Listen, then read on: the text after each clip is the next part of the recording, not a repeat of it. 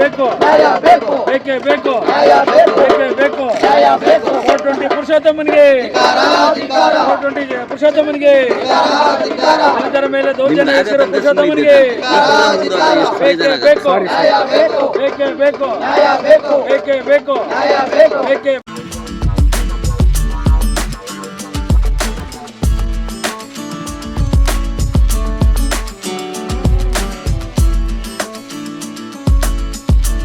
ಬಂಧುಗಳೇ, ಎಲ್ಲರಿಗೂ ಜೈ ಭೀಮ.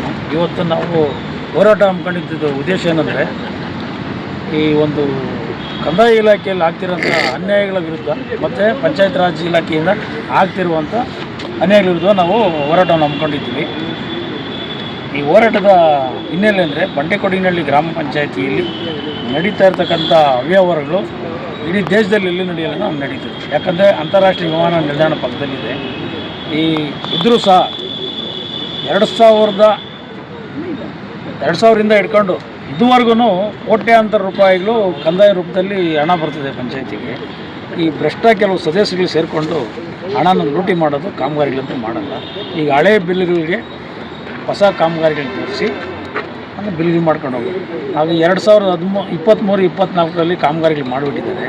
ಈಗ ಹೊಸ ಆಕ್ಷನ್ ಪ್ಲ್ಯಾನ್ಗಳಲ್ಲಿ ಅದೇ ಕಾಮಗಾರಿಗಳು ಸೇರಿಸಿ ತಿರ್ಗಿ ಒಂದೊಂದು ಕಾಮಗಾರಿಗಳಿಗೆ 5 ಲಕ್ಷ ಅಂತೇಳಿ ಸುಮಾರು 30ರಿಂದ 40 ಲಕ್ಷಗಳು ವ್ಯಯ ಮಾಡಿ ಸರ್ಕಾರಕ್ಕೂ ಮೋಸ ಮಾಡಿ, ಜನಗಳಿಗೂ ಮೋಸ ಮಾಡಿ, ಈ ಭ್ರಷ್ಟ ಅಧಿಕಾರಿಗಳ ಜೊತೆಗೆ ಒಬ್ಬ ಅಲ್ಲಿ ಬಿಲ್ ಕಲೆಕ್ಟರ್ ನಾಗರಾಜ್ ಅಂತಿದ್ದಾನೆ, ಎಲ್ಲರಿಗೂ ಕೊಡೋದು ಅವನೇ ಮಾಹಿತಿಗಳು ಕೊಡೋದು. ಸರ್ ನೀವು ಇದು ಹಿಂಗೆ ಮಾಡಿ ಅನ್ನೋದು, ಅದರಲ್ಲಿ ಇಷ್ಟು % ಕಮಿಷನ್ ನೋಡ್ಕೊಂಡು ಹೋಗೋದು.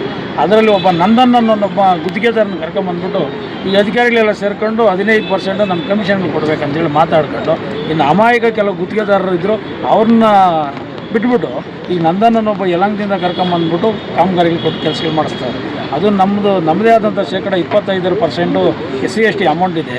ಆ ಅಮೌಂಟಲ್ಲಿ ಏನಾದ್ರು ಇವರು ಕೆಲಸಗಳು ಮಾಡಬೇಕಾದ್ರೆ ನಮ್ಮ ದಲಿತರ ಕಾಲೋನಿಗಳಲ್ಲಿ ಮಾತ್ರ ಮಾಡಬೇಕು. ಈ ದಲಿತರನ್ನ ಇಲ್ಲಿದ್ದರೆ ಅಲ್ಲಿ ತೋರಿಸ್ಬಿಟ್ಟು ಇನ್ನೆಲ್ಲನೂ ಜನರಲ್ ಆಗಿ ಕೆಲಸ ಮಾಡ್ಕೊಂಡು ಹೋಗ್ತಾರೆ. ಅದು ಕಾನೂನು ಬಾಹಿರವಾಗಿರ್ತದೆ. ಆ ವಿಚಾರದಲ್ಲಿ ಇವರು ಪರಿಶಿಷ್ಟ ಜಾತಿ ಮತ್ತು ಪರಿಶಿಷ್ಟ ಪಂಗಡಗಳ ದೌರ್ಜನ್ಯ ಅಡಿಯಲ್ಲಿ ಅವ್ರ ಮೇಲೆ ದೂರು ದಾಖಲು ಮಾಡಿಸ್ಬೇಕು. ಇದೊಂದು ಆಮೇಲೆ ಆ ವಿಚಾರದಲ್ಲಿ ತನಿಖೆ ಆಗಬೇಕು. ಆಮೇಲೆ ಪಂಚಾಯತಿ ಅವಧಿ 7ನೇ ತಾರೀಕು ಮುಗಿದೋಗಿದೆ. ಈಗ ಒಳ್ಳೆ ಆಫೀಸರ್ಗಳಾಗಿದ್ದಾರೆ, ಗೆಜೆಟೆಡ್ ಆಫೀಸರ್ಗಳ ಥರ ಒಬ್ಬರನ್ನ ನೇಮಕ ಮಾಡಿದ್ದಾರೆ. ಗೋವಿಂದರಾಜ್ ಅಂತೇಳಿ ಒಳ್ಳೆ ಉನ್ನತ ಅಧಿಕಾರಿಗಳು ಬಂದವರು. ಆ ಅಧಿಕಾರಿಗಳಿಗೆ ಈಗ ಹಸ್ತಾಂತರ ಮಾಡ್ತಾರೆ. ಅಧ್ಯಕ್ಷರ ಬದಲು ಅವರು ಈಗ ಕಾರ್ಯನಿರ್ವಹಣೆ ಮಾಡ್ತಾರೆ. ಅವ್ರಿಗೂ ನಾನು ಸಲಹೆ ಕೊಡ್ತೀನಿ. ನೋಡಿ, ನಿನ್ನೆವರೆಗೂ ಏನಾಗಿತ್ತೋ ಗೊತ್ತಿಲ್ಲ. ಇವತ್ತಿನಿಂದ ಏನಾದರೂ ನೀವು ಚೆಕ್ಗಳಿಗೆ ಸೈನ್ ಹಾಕೋದು, ಸಾರ್ವಜನಿಕರಿಗೆ ತೊಂದರೆ ಮಾಡೋದಲ್ಲಿ ಏನಾದ್ರು ಆಗಿದ್ದಂದರೆ ನಾವು ಆ ವಿಚಾರದಲ್ಲಿ ಮಾಹಿತಿ ಹಾಕಿ ಕಲೆಕ್ಟ್ ಮಾಡಿ ಡಾಕ್ಯುಮೆಂಟನ್ನು ತೊಗೊಂಡು ತನಿಖೆಗೆ ಹಾಕಿಸ್ತೀವಿ.